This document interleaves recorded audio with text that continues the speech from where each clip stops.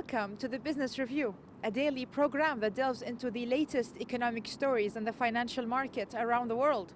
From currency affairs to technology stories, we bring you the best from around the world.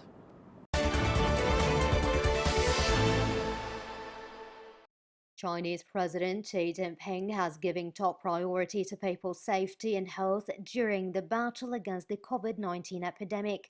Xi, also General Secretary of the Communist Party of China, or the CPC, Central Committee and Chairman of the Central Military Commission, on Tuesday inspected central China's Wuhan city, the epicenter of the virus outbreak.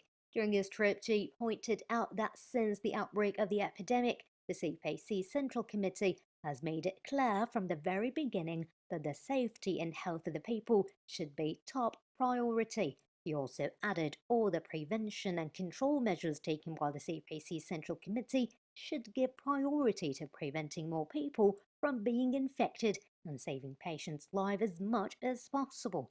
He also called for all-out efforts to treat patients, ensure the supply of medical protection materials, improve the admission and survival rates, and reduce the infection and mortality rate. She said that centralized hospitals should be built and put into use as soon as possible. Medical personnel should be dispatched from all over the country to help Wuhan, and their physical and mental health should be safeguarded. At hospitals, Chinese medical staff made great efforts to save lives. They left their own families behind to help more people, putting people's interests above everything else. As the fight against the virus entered a critical stage recently, Xi on Tuesday inspected prevention and control work in epicenter Wuhan. During the inspection, he said that medical treatment should be given the top priority to improve the recovery rate and reduce mortality to the greatest extent under the principle of scientific and targeted treatment. The Chinese president also emphasized the need to concentrate medical resources and technical resources to treat patients, to accelerate the application of effective drugs that have been developed and experimented, and improve the level of treatment. The president added that authorities should strengthen the production, supply, and allocation of medical prevention and control materials and ensure the patient's discharge from the hospital to get good rehabilitation.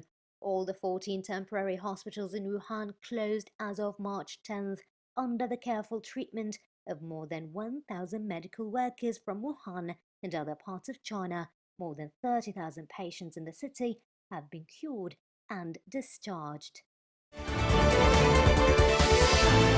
Chinese President Xi Jinping sent messages to leaders of the European Union on Friday, extending China's support for their fight against the COVID-19 outbreak. In his messages of sympathy sent to European Council President Charles Michel and European Commission President Ursula von der Leyen, Xi said that China is ready to provide assistance and help to the European Union to overcome the outbreak at an early date. China upholds the concept of a community with a shared future for mankind, said Xi, adding that the country is willing to strengthen coordination and cooperation with the EU at the bilateral and international levels, jointly safeguard global and regional public health security, and protect the lives and physical health of the peoples of both sides and the people of the world.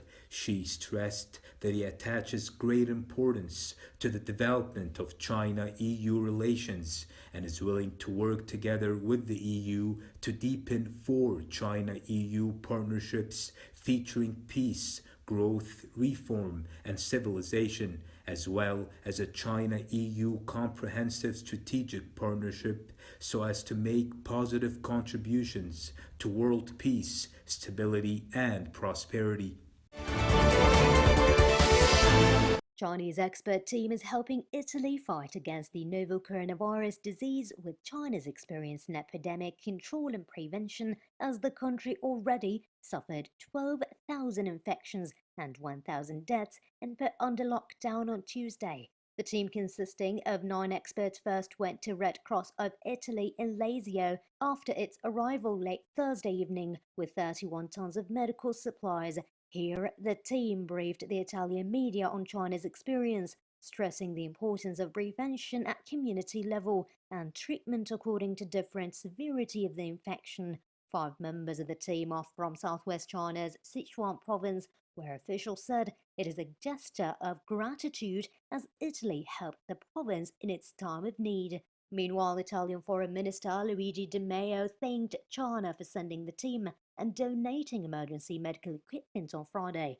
Also, Silvio Borrasfero, president of National Institute of Health of Italy, expressed appreciation of China's assistance at a government regular briefing on the same day. The 9-member medical team, arranged by National Health Commission and the Red Cross Society of China, is the third Chinese team sent abroad, following teams sent to Iran and Iraq. Supported by the policies of the Chinese government, more foreign invested enterprises have resumed operation amid the coronavirus epidemic. In Shenzhen city of South China's Guangdong province, YKK Group, a Japanese enterprise making zippers, accounts for more than 45% of the global market in the zipper industry.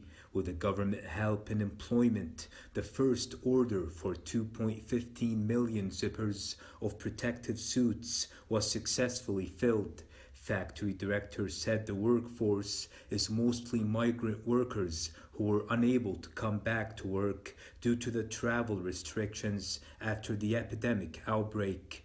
Koi Lianzi, factory director of the YKK Group, said that the government arranged special chartered bus service which was totally free, adding that the company has hired more than 40 employees in a week. With the great efforts made by local governments, major foreign invested enterprises, including Walmart and Siemens, have fully resumed operation. Meanwhile, a special team sent by the Shanghai government has visited 720 regional headquarters of multinational companies and key foreign-funded enterprises to help them resolve difficulties amid the epidemic outbreak. At present, 99.9% of these enterprises have resumed operation. Yang Chao, Deputy Director of the Shanghai Municipal Commission of Commerce, said all foreign-funded enterprises have resumed operation with an 80% employee return rate and a 70% business resumption rate.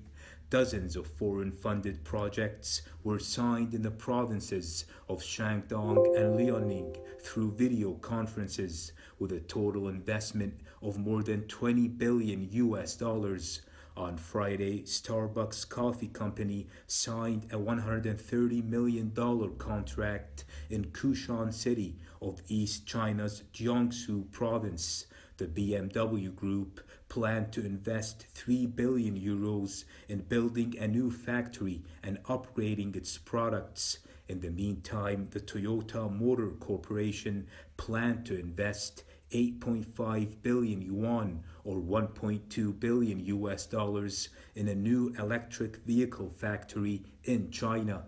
According to the data released by the Ministry of Commerce, 3,485 new foreign invested enterprises were set up across the country in January, bringing in 87.57 billion yuan of foreign capital, or up 4% year on year.